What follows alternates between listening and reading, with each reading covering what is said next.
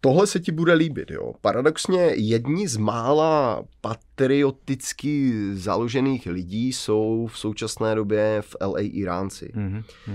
Nemluvím o těch, co tam běhají s různýma šátkama a tak, já se bavím o Iráncích, kteří jsou převážně křesťansky založení.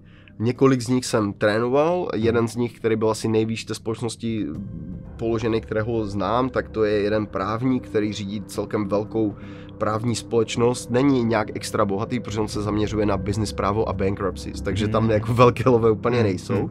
Ale každopádně on mi vždycky jako říkal, že oni jsou jako patrioti. A tady to jako vidíš celkem dost. Tohle je taková maličká úplně mikročtvrť ve Westvoodu. Jsou restaurace. A už jenom to, že takhle někdo vyvěsí americkou vlajku vedle Taste of Teheran a dají vedle to americkou vlajku, tohle neuvidíš skoro nikde.